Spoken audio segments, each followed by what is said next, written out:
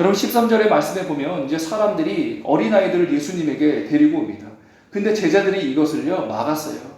아마 예수님께서 너무나 지금 피곤하신 그런 상태이기 때문에 어린아이들까지 와서 예수님이 더욱더 피곤해지고 또 번거롭게 해드릴 것 같아서 아마 제자들은 어린아이들이 예수님께 이렇게 오는 것을 막았던 것 같습니다.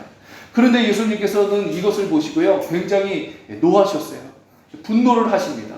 왜 그러셨던 것입니까? 그 이유는 분명하지 않습니까? 구원받아야 될 이 어린아이들을 막았기 때문이죠. 여러분, 우리 교회는요 철저하게요 어린아이에 집중해서 이 교회가 운영돼야 합니다. 왜 그렇습니까? 이 어린아이들은요 바로 우리 교회의 다음 세대들이기 때문에 그래요. 여러분, 어린아이들이 존재하지 않는 교회는요 희망이 없습니다. 미래가 없는 거예요.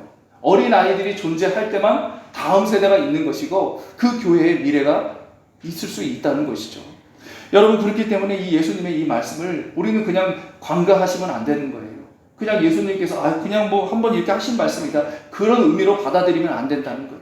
예수님께서 노하시면서 이렇게 분노하시면서 말씀해 주실 이유는 이 어린아이들을 절대로 이 교회에 오에 있어서 이것을 막아서는 안 된다. 이 어린아이들이 이 교회를 찾아오고 이 교회에서 신앙생활함에 있어서 그들이 언제든지 이것을 잘 할 수 있도록 여건을 마련해 줘야 된다. 이런 의미의 말씀이 담겨 있다는 것이죠. 여러분, 우리 어른들은 불편하게 신앙생활 할 수 있습니다.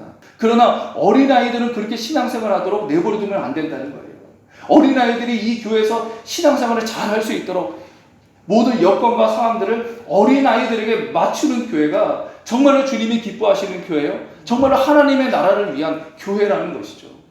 아무튼 예수님께서는 이런 말씀을 하시고요. 아주 또 의미심장한 말씀을 하십니다. 그 말씀이 바로 무엇입니까? 14절 다시 보니까요. 어린아이들이 내게 오는 것을 용납하고 금하지 말라. 하나님의 나라가 이런 자들의 것이다. 바로 어린아이들과 같이 되지 않으면 하나님 나라의 백성이 될 수 없다. 천국에 들어갈 수 없다라고 말씀해 주십니다. 여러분, 예수님께서 이렇게 어린아이가 천국에 들어갈 수 있다, 하나님의 나라의 백성이 될 수 있다라고 이렇게 말씀해 주신 그 의미는 뭐냐면 어린아이가 갖고 있는 그 특징을 신앙에 접목시켜야 한다는 거예요.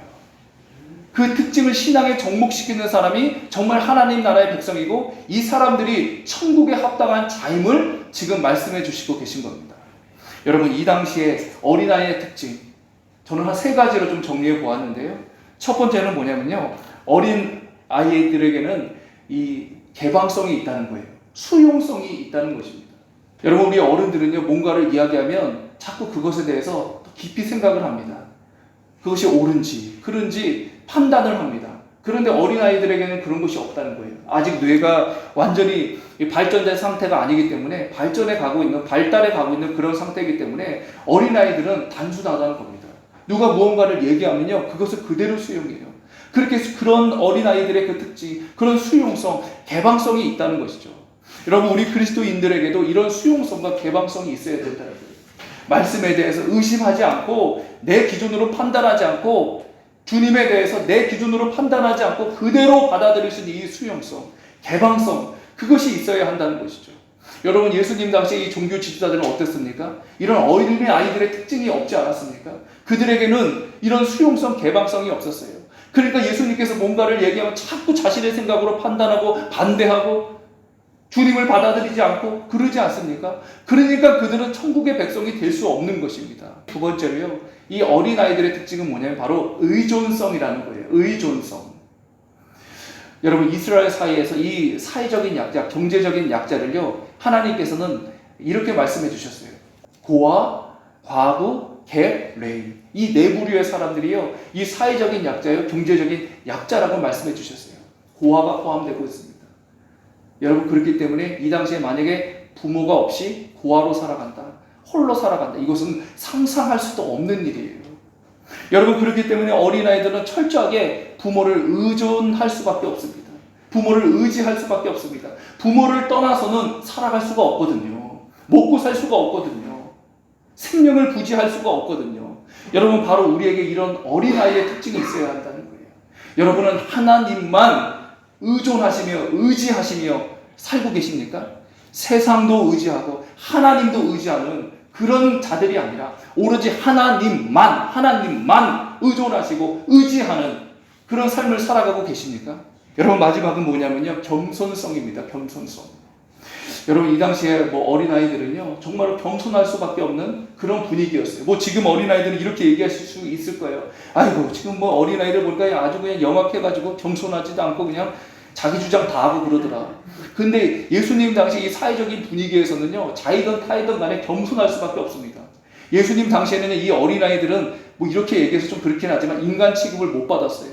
그래서 이렇게 숫자를 셀 때도요, 성경에도 그렇고 숫자를 셀 때도요, 어린아이들은 포함시키지 않습니다.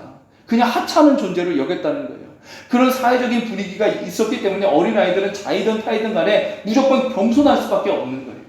여러분, 우리 예수님은요, 겸손의 왕이십니다. 예루살렘에 입성하실 때요, 그 휘황찬란한 말을 타시지 않으셨어요. 그 초라해 보이는 그 나귀를 타시고, 그것이 바로 상징적인 의미 아닙니까? 내가 이렇게 겸손한 왕이다라는 것을 보여주시는 그런 의미 아니겠습니까? 여러분, 우리에게는 이런 겸손성이 있습니까? 우리 어린아이들과 가지고 있었던 이 특징인 이 철저하게 자신을 낮추는 그런 겸손성이 우리에게 있습니까? 다른 사람을 볼 때 그 사람에 대해서 함부로 이야기하고 함부로 그냥 비판하고 그런 교만함이 우리에게 있지 않습니까? 사랑하는 여러분, 오늘 어린아이의 특징을 여러분의 신앙에 접목시키셔야 돼요.